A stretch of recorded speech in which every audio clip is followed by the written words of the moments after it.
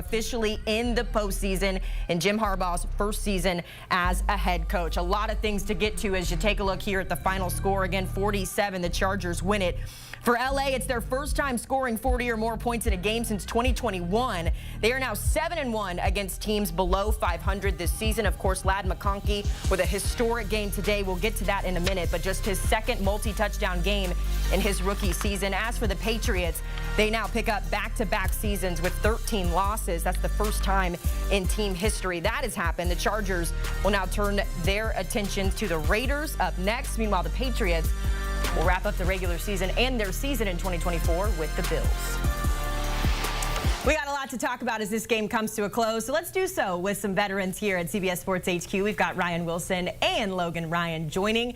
Guys, this one was really all Chargers all game. We saw Justin Herbert's offense really come to life there behind the performance from his rookie Ladd McConkey. We'll get to all the details with him in a minute, but first, Logan, I'll come to you first here. The Chargers are in the postseason. A lot of folks had them getting there next year with the new head coach and some new systems in the work, but here they are. What'd you think of their game today? I mean, it was a dominant performance today, and we knew they had something to play for. We knew that they were trying to clinch a berth. They're going all the way across the country, and it's one thing to know what's at stake. It's another thing of going out and executing. And being a former New England Patriot, that was not competitive enough in my heart. That was not a good showing by New England, but J.K. Dobbins was back for the Chargers, and when he's in that lineup, their rushing game's a lot better. And Harbaugh wants to run the ball. He came in there in year one and establish what it takes to win, and that's having a tough, hard-nosed football team. They play good defense. They can run the ball on offense. The quarterback, who's extremely talented, is extremely efficient. He was efficient today, and no one on the field could stop Ladd McConkey. Christian Gonzalez left with injury, but he didn't match up with Ladd McConkey. It was more Jonathan Jones, a former teammate of mine, who's a good player, but he was no match today. McConkey got off. They ran the ball at will. Herbert was almost perfect, and the defense almost pitched a shutout. So, I mean, going on a West to East Coast trip on the holiday break with a lot at stake, you couldn't ask for a better performance if you're a Chargers fan. Yeah, Ladd McConkey seemed like he was invisible in the secondary, but a lot of that, Logan, I think had to do with the lack of the pass rush by the front four, the front seven for the Patriots. We saw Keon White get after Justin Herbert one time in the second half, and that was about it. We saw that highlight that you did, Haley, with the field goal kick being close. That was about the closest thing that happened in this game because it was over pretty early. The one touchdown that Drake May threw was on an offsides penalty that allowed them to extend that play, but the rest of it was, if you're a Chargers fan, you got to be pretty excited about how they finished that thing. Logan talked about traveling to the East Coast. You're playing essentially an AM game on the West Coast, and a lot of times you see those West Coast teams struggle to acclimate, at least early in the game, especially with the weather.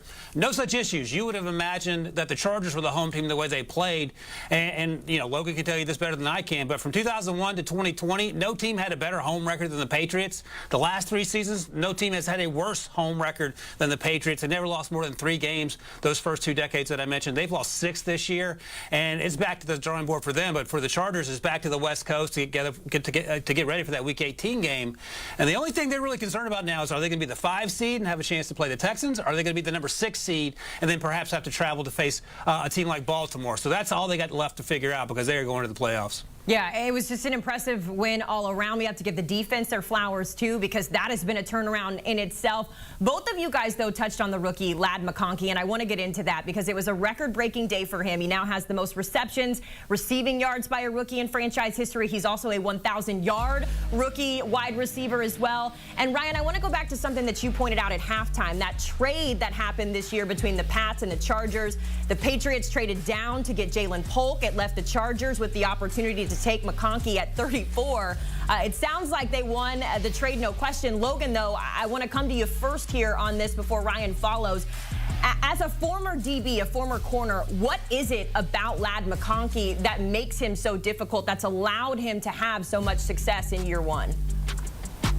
See what it is it's the players that are able, smart enough and capable enough and good enough route runners to beat man and zone. And I know we fall in love in the draft process, and we love the dynamic X receivers, the Jamar Chase, the Justin Jeffersons, that line up outside and can beat anybody one-on-one. I know we fall in love with that. But the players other than those all-star, superstar wide receivers, The ones that can come and have an immediate impact are those slot receivers, are those Cooper Kupps, those Puka Nakuas, those Ladd McConkeys, those guys that understand how to get open on third down, understand when it's zone coverage, how to free up for the quarterback. Because a lot of top corners, although they can travel like Christian Gonzalez, they're not going to go into the slot that often. People haven't done that since Darrelle Revis. That's really hard to do as a DB, to play in the slot and play on the outside. So Ladd McConkey is free all day, and anytime it's zone coverage, similar to a Travis Kelce, who's a tight end, but he understands how to get open in zone coverage, those guys can rack up the stat sheet. They can put up triple doubles, no assist on the stat sheet. And that's what Ladd McConkey's doing. He understands what's zone. He's understanding what's man. He's a really, really smart player and a good route runner. And he's able to be so productive right away, because that doesn't change from college to the NFL. That game doesn't have to change. Yeah, and Logan makes a fantastic point, because look to last year's draft, Haley. They took Quentin Johnston first overall, the ex-receiver who's 6'4", he can run for days. He struggles to catch the ball. He struggled last year as a rookie just to understand what he was supposed to be doing, because sometimes the game is too fast for you as a rookie. That is no such concern from Ladd McConkey. And look, if you're the Patriots and you say, look, we don't need another slot receiver, we have Pop Douglas, we feel great about that, I understand that. And I do also understand that Ladd lines up about 2/3 of the time in the slot. You can put him outside. You can put him in motion. And if he's getting open, I don't think it matters where he lines up. And as Logan talked about, when you have the short area quickness that he does and you run into 4-3s, it's a pretty easy transition to visualize what that's going to look like at the next level, especially if guys aren't getting hands on you at the line of scrimmage. So, yeah, Quentin Johnston is great in terms of the physical attributes that he brings to the field, but I don't think anyone's is raising their hand to say, I would rather face Ladd McConkey than Quentin Johnston, because Ladd McConkey's numbers prove how dangerous he can be no matter where you line him up. And he still has games left to play. I mean, one more regular season game, and then as far as they go in the postseason. So he has been quite the surprise, I think, for Chargers fans to link up to when it comes to that wide receiver room. Looking ahead here, guys, I mean, I'm going to steal a phrase from the head coach, who's got it better than Jim Harbaugh right now. He just cashed in on a $1 million playoff bonus for getting his team to the postseason. Something, as I mentioned earlier, a lot of experts and analysts were saying would happen in a year or so. But when we talk about Jim Harbaugh, gentlemen, this is kind of just what he does, right? You see it on your screen, whether it was the 49ers a couple years ago, the Wolverines winning that national championship, and now the Chargers.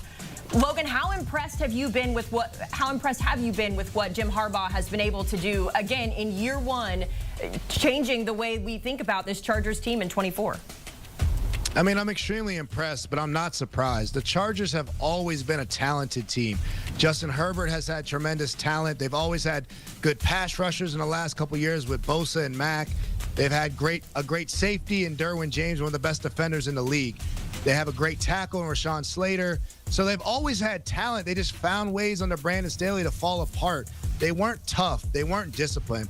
And you look at any team where Jim Harbaugh coached, those 49ers teams, Michigan, you would say those teams are tough. You say those teams are disciplined. There was no real secret to his success. It's not like a new formula, a new style of play, a tempo offense that he kind of founded. No, he's teaching hard-nosed football, but he's getting guys to buy in. That is his specialty. And in no sport does coaching matter more than in football, because every play is drawn up from the dirt, right? It's not a player's sport where you can just go play pickup and you're just playing continuous free-flowing football. You got to call an offensive play. You got to call a defensive play. You have to have an identity. And only one person is getting the ball, but all other 10 have to go block for that person. Only one person is going to make the tackle, but all other 10 have to sacrifice and stop their gap so that one free hitter can make the tackle. To get that buy-in requires a great coach, a motivational coach, a great coach in strategy, end of game. And wherever Harbaugh goes, his team does not beat themselves. They do not have those mistakes that beat themselves. That's going to be a tough out. And this Charger team is bought in. They have the players, the talent, but they're not going to beat themselves in the playoffs. He's got to go play his brother. The Ravens, if that's what it's going to be, that's going to be a great game. Whoever he plays, those Charger teams are not going to beat themselves. That team's going to go out there and beat them because they're well taught. Well coached. It's so wild that we went from the beginning of the season where Harbaugh was giving all of those awkward hugs to everyone on the sideline to now, to your point, they're all bought into the Harbaugh way, including the quarterback, Justin Herbert. So as we tie a bow here on this Chargers victory, before we turn the page to the Patriots, Ryan, I'll come to you here. When it comes to Justin Herbert, we know all of the things, all of the accolades. He just added another one today, passing Peyton Manning for the most passing yards through his first 5 seasons. but he doesn't have any playoff wins. And similar to Tua Tagovailoa, the guy he's always being compared to, it seems, that's a big deal. So are you confident that Herbert, this is the year that he could maybe break through and help the momentum continue? Or how do you evaluate Justin Herbert and the position he's in right now, Ryan? Oh, I'm supremely confident because he is playing with a ton of confidence. And when you have stability in the front office and you have stability in the coaching staff and you buy in, as Logan's talking about, to what the coach is selling, because listen, you have to understand these players aren't 18 to 21. These are grown men with families that have mortgages and bills to pay. So you have to be able to connect with them. And that's exactly what Jim Harbaugh has done, whether it's Justin Herbert, who's the young face of the franchise, or whether it's Khalil Mack, one of the older players on the roster. Everyone understands what the assignment is, and they're going out there and playing like it's their last play, to use that cliche. I have supreme confidence. And look, if you look back at that San Francisco team that Jim Harbaugh inherited, they had Alex Smith and they had Colin Kaepernick. And I think we could both agree, all of us, the three of us, that Justin Herbert's a better player than those two guys that took them to the Super Bowl. So I think this team is well on its way. Logan outlined all the great players they had that Brandon Staley couldn't get the most out of. The excuses are out the window, and they're just playing football. I think sometimes we overcomplicate this. Football doesn't have to be that complicated, and it feels like Harbaugh's found a way not only to simplify it, but to appeal to these players that this is what's best for your interests in terms of winning football games and making money or whatever it is that gets you going. And they are headed in the right direction. It's been a lot of fun to watch. They are headed in the right direction for sure. They are in the AFC playoff picture officially. I'll tell you who doesn't have it better than Jim Harbaugh's Chargers right now. It is, of course, the team on the opposite side of this matchup, the New England Patriots.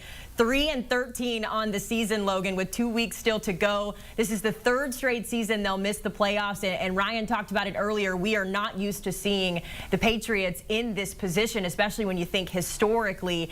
And we kind of chatted before the break came up, like, where do they go from here? What's next?